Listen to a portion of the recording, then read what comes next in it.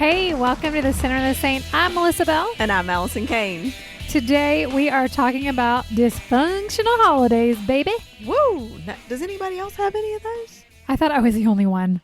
I don't think you're alone. Well, that's why we're talking about it, because I was talking with you about it, like in complete, quietness, like embarrassed. And then you were like, oh, girl, let me tell you. And I thought, what? I think it's like it's an okay time to one-up people in a conversation like this. It's like, no, Yes. my family is like so dysfunctional. Oh, no, girl, you got nothing on me. Let me tell you this story. Right. And then it makes me feel a little less, I don't know, like lame. Well, I think that's the thing, right? We have these beautiful holiday pictures, and we have these things that we post on stories and things like that we post on Instagram, and no one sees the underlying issues, the family drama, the divides that have been going on for years, decades, within the family, the dysfunction, the alcoholism, the whatever it is, right? And let's just be honest, we're all in families. And we're all sinful people, and we're all messed up, and we didn't get to choose these people. Right. Because, there are some family members, maybe not immediate family members, but I wouldn't have chosen. Yeah. Right? And the good news is, we'll tell you later, you do get to choose whether or not you're going to spend your holiday with them. That is right. Yeah. Yes. We'll get there. We will. So I think one of my favorite family stories was we were at a Christmas Eve or Christmas whatever gathering at my dad's house at one of his wives with his wife, his fifth wife maybe. Anyway, so I love how you just throw that out there casually. I don't know, 5, 6, I don't know. Yeah. One of those. And so her family is very different than ours, and myself, my sister, my brother, my uncle, we all felt a little bit like we were the second class, and they didn't do anything to make us feel less than that, right? Like, oh yeah, they're just sitting there. So imagine this setting, and there's a Christmas tree, and it's in front of the big, pane windows, and the windows looking outside, and it's a little Hallmark movie-ish. Hallmark. They're drinking wine. Oh. So at this point, my sister, my brother, my uncle, and I step out to breathe because I'm over it. And, I can't fix my face, let alone my mouth. And so I'm just trying my hardest to grin and bear it while I just feel like I'm being trampled on through the whole evening. And so we're talking about it, and we get each other really juiced up about it. And my uncle's like, wait, I got something for you. Now here they are all sitting around the tree that's facing the window. And the mother-in-law was there, like my dad's mother-in-law, her adult kids. It was a big thing. And he pulls down his pants and sticks his butt cheeks right up on the window. Surprise! Yeah. So I think that was the only one that we were invited to. Well, that, my brother has said to me before, he's like, well, Allison, I don't know why you keep putting yourself in those situations. The problem is you're too nice. Yeah. I just don't go to anything. Yeah, me and your brother, man. What up? I'm with you. He's like, I don't have any issues because I don't go to anything. I don't know why you're so nice. He's got some boundaries. I like it. Right? Oh, gosh. Love him. I remember growing up, and this can be funny and it can also be sad at the same time. And as a child, we have family in Texas, and we spent every other Christmas there. I had an aunt there who was a severe alcoholic. Didn't really understand it that much, when I was a kid. But I do remember when we would pick her up, holidays must have been really stressful for her. Yeah. Because she would do extra drinking, I think. I mean, even though I was a young girl, I knew something ain't right. Yeah. And she would get in, and she had on so much perfume, it would make your eyes burn. And the perfume was to cover up the half a fifth of liquor that she had before she got in the car with us. Wow. Yes. And it was always a big thing, we kind of knew it, and my brother and I would look at each other, but nobody would really say anything. But girl, if somebody had lit a match in that car, the whole thing would have blown to high heaven. She would have been my best friend, and I would have been in her purse with her trying to see if I could take a swig because I didn't like the holidays. Well, and I think about that, and it's funny, not as a kid. It was like, oh my gosh, right. But it's really sad to think about. She had a really hard life. She had alcoholism, but it was really difficult for people to be around her, even though they tried, because she was so drunk. Yeah, I had a family member like that as well. And we knew that, number one, we could not plan something. So if we were going into town, we would not give a heads up. Oh. We would get into town, and then we would make plans that day with them, whatever day we had chosen, and then tell them that day, so that way they couldn't work themselves up to the stupor. Wow. That's smart. And it sometimes worked and sometimes it didn't, but that was our way of trying. So I totally understand. And it is so sad to think that someone is so insecure and so overwhelmed by just being around other people. They don't love themselves at all. And so they feel like they have to mask themselves and just take a drink. I used to be offended thinking that it was because they didn't want to be around me, only to realize as an adult, they just didn't want to be around themselves because they were so insecure. Absolutely. Well, I love how you talked about you and your family making that plan. Of when you knew with a certain individual that you had to make a plan. You couldn't tell them till the last minute. That would work out the best for everyone involved. And so that's one of the things we're going to talk about today. Like, how do you get past the stress of the holidays? I mean, trying harder doesn't work. Yeah. I've tried harder. Getting frustrated, that doesn't work.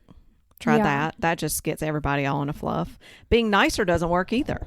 Girl, ain't that the Because then people truth. just take advantage of you or whatever. Taking responsibility for others, well, that never works. Right. Because that's impossible, right? That just doesn't work. And so, but there are a few things we can do. And so we've identified 3 things that we think are really helpful. 1, the first one is make a plan. 2, reset your expectations. And 3, set some boundaries. So let's talk more about making a plan. Yeah. So, growing up, I didn't really have the, my family was severed. So I had, my dad and I had my mom and different stepdads, just craziness, always a different woman on the other side. It was a lot. And so I didn't have a great holiday ever. And so when I was old enough to choose not to celebrate holidays, I chose not to celebrate holidays and I would just go to work. But coming into adulthood, knowing that I'm not good with the holidays. Now it's changed since I've had kids, but you have to make a plan and know ahead of time, this is going to be a hard season for me. I need to plan for this. And so if you're in a situation where you are going to be alone for the holidays and that's really painful, plan something fun for yourself. Plan a weekend at a fancy spa. Find another girlfriend. We are not alone in being sad and suffering. I promise you. And I'm pretty sure I could still sneak away in the middle of all my stuff to go to the spa with some of my friends. Right. Go to the spa. Merry Christmas to me. Yes. Have a staycation. But it's okay to not be okay, but it's not okay to not have a plan. I agree. And so I always say, make sure somebody knows this is a hard time for you, someone you can trust, someone that you can talk to about it. If you decide to go away for the weekend, make sure somebody knows so they're not terrified or worried about you, right?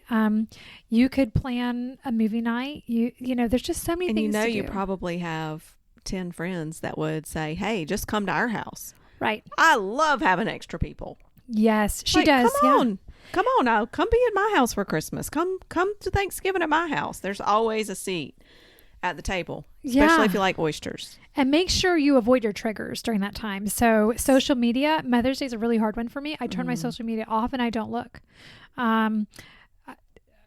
Depending on the holiday, I will just go away from social media for a while and I'll let someone know, because sometimes people check in on you via social media. You don't even know it. Right. So I'll let someone know, hey, just so you know, I'm going to be quiet on social media. I'm fine. I'm just making a healthy boundary for myself. I think that's so smart. And when you're making a plan, I think it's also important to remember that it's going to change, and that's okay. It's going to look different. You think about family dynamics, they are constantly changing, ebbing and flowing. There's new marriages, new family members coming in. There's divorce. You may move away from your family. You may move closer to your family. Your parents, or you might have relatives that pass away that aren't there. I know that when I lost my grandparents, that was what Thanksgiving and Christmas, that's what made it feel like Christmas, was being at my grandparents. And when they weren't there anymore, we had to come up with this new tradition, and it was like, this doesn't even feel like Christmas. Was it almost like ripping off a Band-Aid? Yeah. And so ever since then, it's been different. Mm. It's not been consistent, but it's still, Thanksgiving and Christmas. We've made it our own, and then you have children, children, grandchildren. I mean, the holidays are not going to look the same. I remember Matt and I always traveled. We were the ones. Christmas Eve wasn't important at my family's house. Christmas Day was important for him, and his birthday is 2 days after Christmas, so staying there to be with his family for his birthday. So we would spend Christmas Eve with my family. We get up Christmas morning and we drive 3.5 whatever hours to his parents' house and do that and spend a few days, and then we had kids. And I think we did it like maybe 1 or 2 years when we just had one. And then I was like, yeah, we're not doing this anymore. Yeah. And so I just kind of said, hey, we love y'all. We're not traveling anymore, though. We're going to be right here, and we'd love for you to come see us. Yeah. How'd that go over? Better with some people than others. I'm definitely was not a big fan of Aunt Faye's after that. She didn't love you a whole lot. She did not love me a whole lot. Sorry, Aunt Faye. Yeah. And so I think that I just want to point out it's okay. Not everyone is going to be okay with the changes that you have to make. And that's all right. Yeah. As long as you're kind and you're on the same page with your spouse and you've prayed about it and made these decisions together for your family, you're not going to make everybody happy. I remember when I was divorced and my kids had to go see their dad on Christmas morning, I thought, oh, wow, this is going to be terrible.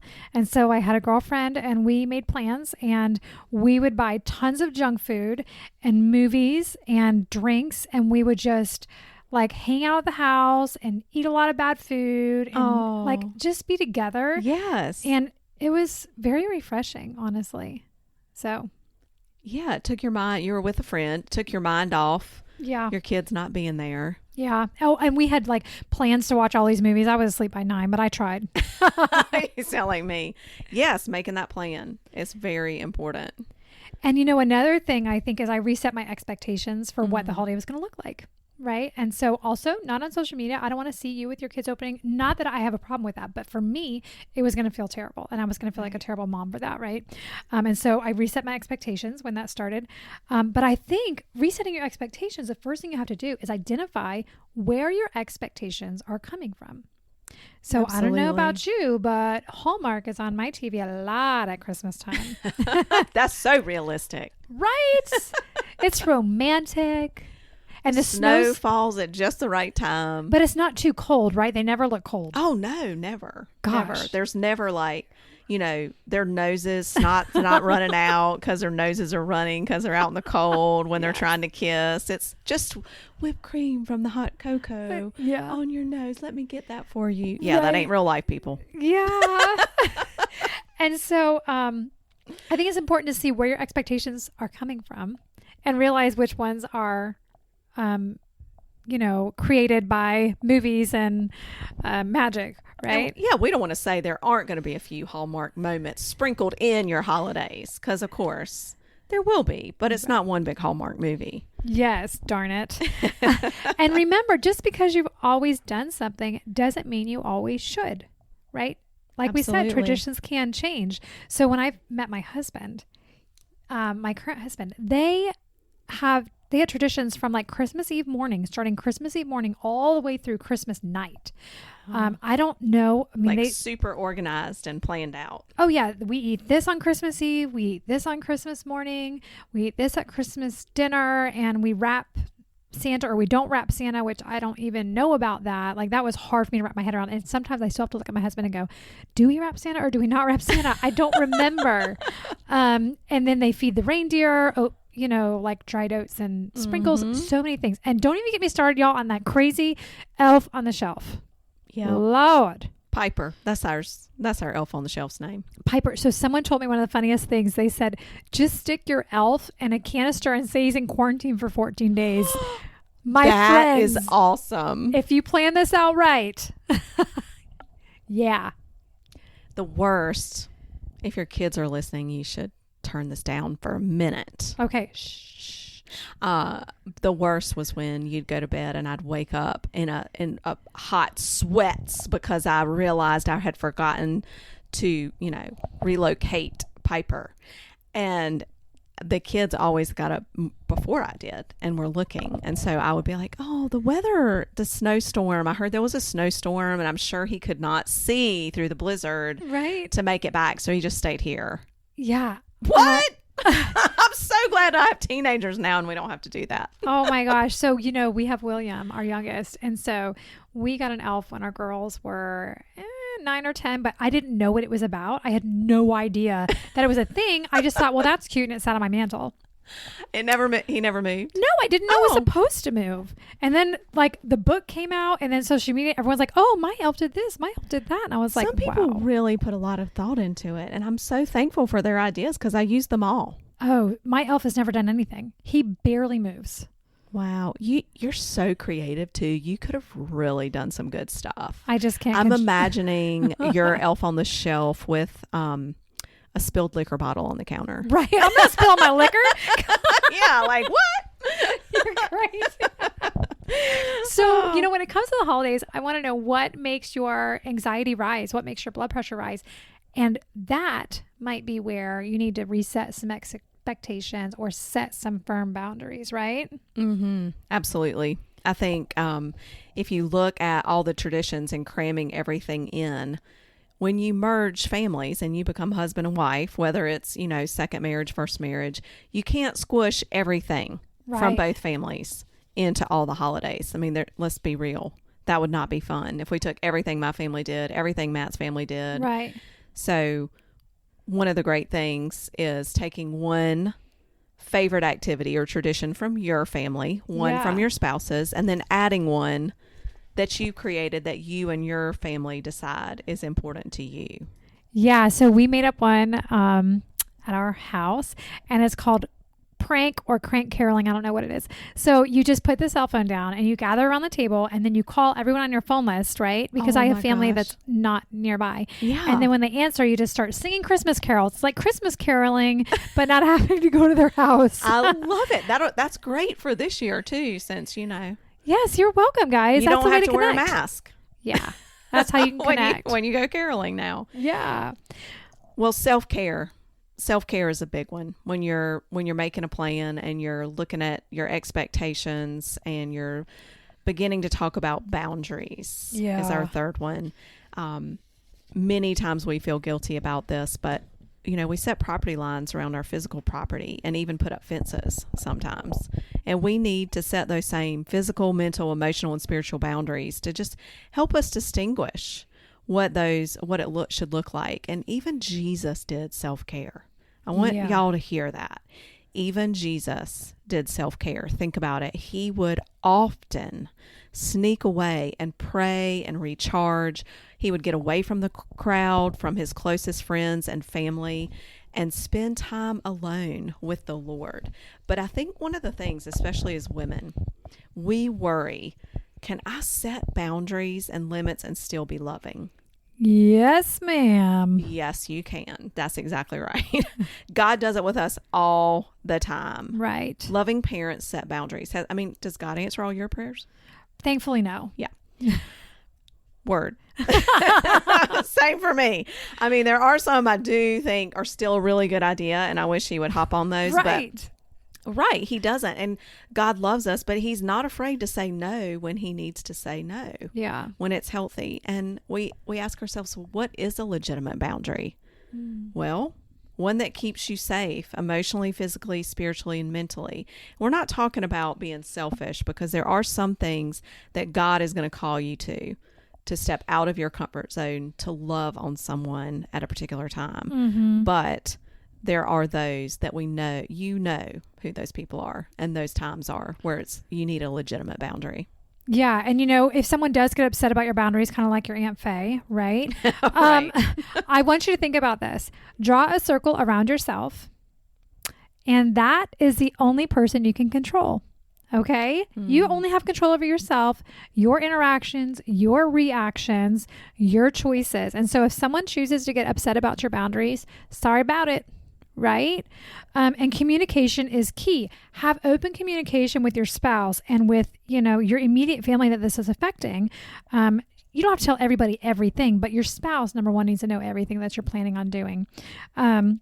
regarding your boundaries, get on the same page. So when you do broach the subject with other people, you have a united front. Do not spring it on him in a conversation with 4 other people. That's bad. That is bad. That's or at 10 o'clock at night after a really long day at the office. Right. Or after you took your husband to the cabin that has no running water.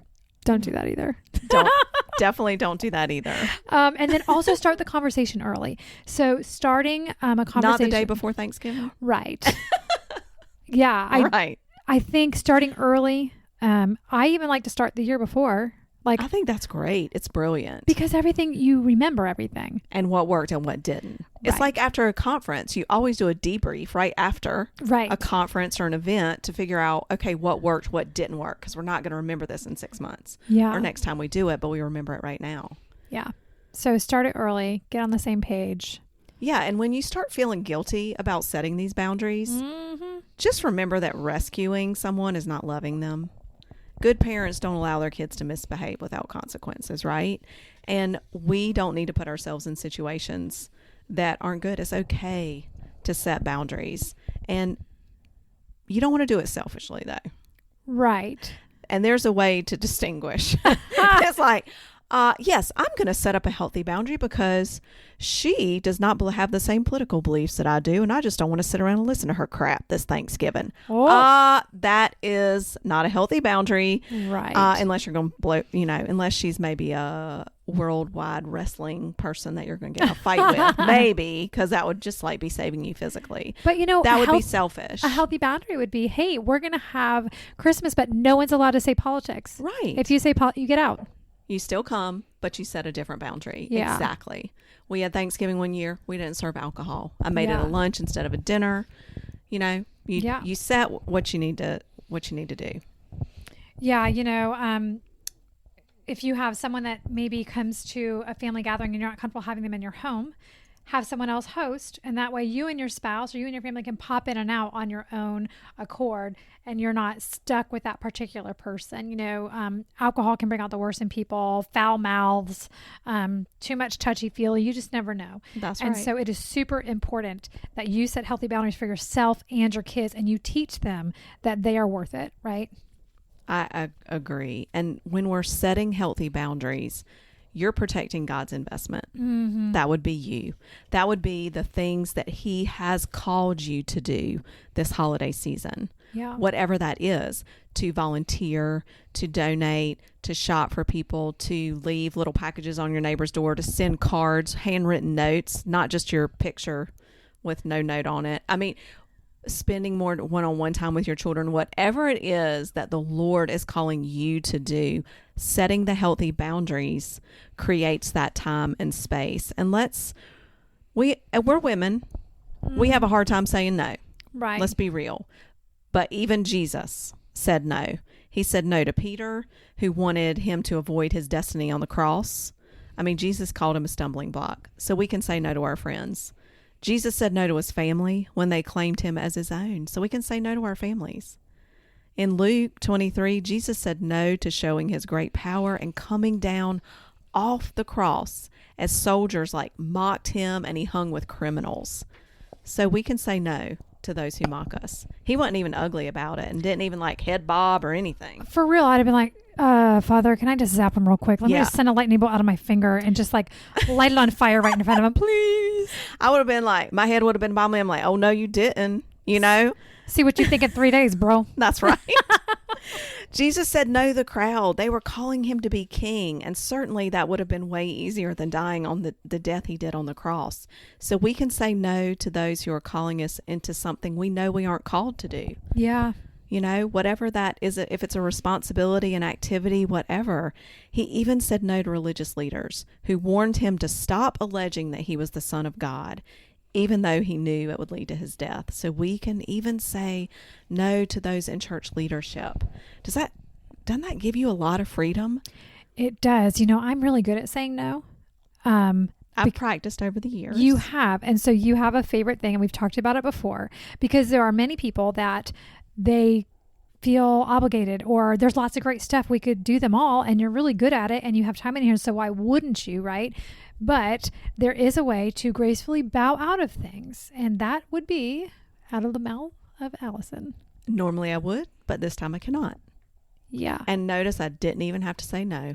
She didn't say no. She didn't explain herself. She didn't feel guilty about it. So practice that in the mirror, you know, especially if you're getting ready to go to lunch. You know, people are like, hey, let's meet for coffee. They might be laying something on you when you get there. Yeah, practice. every week.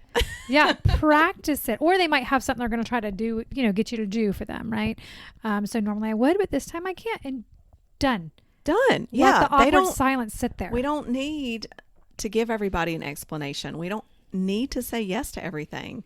Yeah. Sometimes you may not be sure, right? You may not be sure if it's something that you've been called to do. Mm-hmm. And just then you can say, that is an interesting proposition and I will let you know about that. Don't feel like you have to answer right away. Yeah. Every time. But most often I know.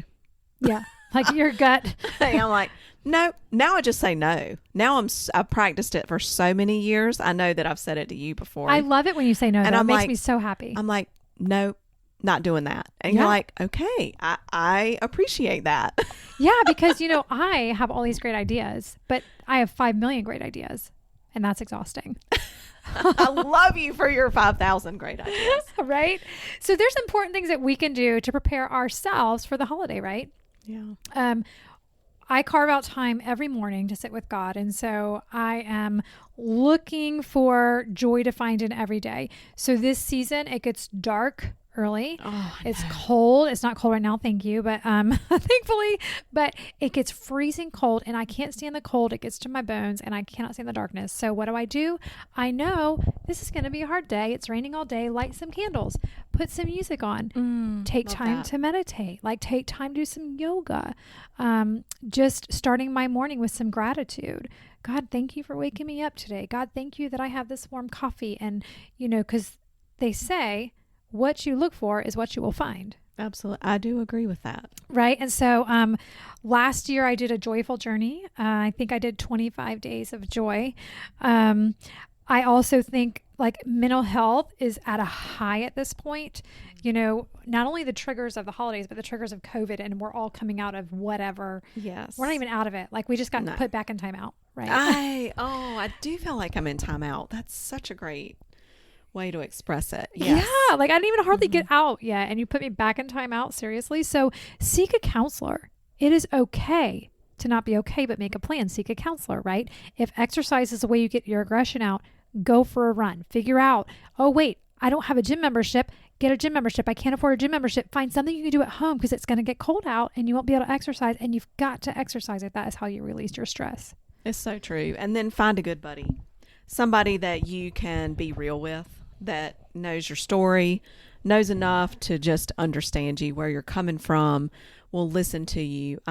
You know, and Melissa, you're one of those people for me, but I can just call and like, blah, blah, blah, like just spill it all out. And I just need to get it off my chest, and you just listen. And then you love me where I am, but then you'll redirect me in the right direction in a loving way. Yes. It's fabulous. Oh, see, I think you do that for me too. So that's good. So we're good for each other. Yes. Yeah. I pray that that God will put someone like that in your life if you don't already have one. But please, you know, get a partner to go through this. Yeah. A praying partner to go through these holidays with, and just all this stuff that's going on that's so challenging and so different right now. And seek the Lord in prayer and through his word, because when you are setting boundaries and making a plan and looking at your expectations, you want to be on the same page as God, because he will help you figure out what track to take and help keep you on that track with his courage and his strength and his perseverance, which you will need when other people don't know the plan. But if you've prayed about it and you're on the same page with your spouse and you know it's the right thing, there's a strength and courage in that. Yeah. And then I have this great song that I wrote for people that you need to cut out of the holidays. Are you ready? Oh my gosh. Yes. All right. I'll have a new Christmas without you. I won't be thinking about you when I'm off on a cruise. Won't be thinking of you And I'll have a new Christmas. I love it. See, you can even reinvent the Christmas carols. Yeah, I have lots of them. Hey, we hope this has helped you. And as you approach the holidays, this can bring a little laughter, a little joy to your heart, but also maybe some new ways to look at things and how you can change them for the better for your family and for yourself. Yes. Thanks for joining us this week. We'll look forward to being with you next time on The Sinner and the Saint. Bye, guys.